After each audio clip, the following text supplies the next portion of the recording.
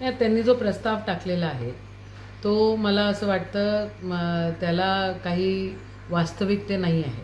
आणि या प्रकारचे निशिकांत दुबेसारख्या व्यक्तीचे प्रस्ताव जर मंजूर होत असतील तर मग हुकुमशाही आलेली आहे पूर्ण, हेच आपण म्हणावं लागेल. आणि एवढी काय भीती वाटते या लोकांना राहुल गांधींची? हे काय पहिल्याच वेळा नाही करत आहे. मागच्या वेळेला मागच्या पंचवार्षिकमध्ये पण त्यांचं सदस्यत्व रद्द करण्याचं, त्यांचं घर काढून घेण्याचं, हे अशी छोट्या छोट्या म्हणजे खालच्या दर्जाच्या कृती हे करतच राहतात. तुम्ही देशाला विकलेला आहे.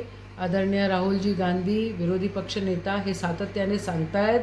तुम्ही 18% टॅरिफमध्ये त्या ठिकाणी शेतकऱ्यांचं, तुम्ही व्यापाऱ्यांचं, तुम्ही छोट्या व्यापाऱ्यांचं, सगळ्यांचं तुम्ही उद्ध्वस्त करून टाकलेलं आहे इथं आयुष्य.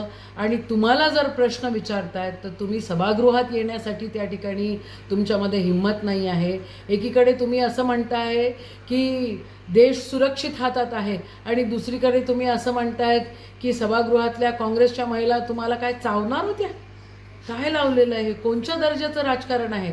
आदरणीय राहुल गांधी त्या ठिकाणी स्पष्ट बोलत आहेत की तुम्हाला कोणचं माझ्या विरुद्ध काय FIR दाखल करायचं आहे दाखल करा, अजून काय करायचं असेल करा, पण शेतकऱ्यांची बाजू, छोट्या व्यापाऱ्यांची बाजू, या देशाला विकण्याचं तुमचं षडयंत्र, याला विरोधी पक्ष साथ देऊ शकत नाही.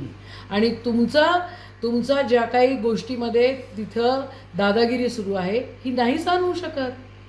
तुम्ही साधा प्रेस कॉन्फरन्स घेऊ नाही शकत. आदरणीय पंतप्रधान स्वतःला विश्वगुरू म्हणून घेतात आणि तुम्ही साधी प्रेस कॉन्फरन्स घेऊ नाही शकत.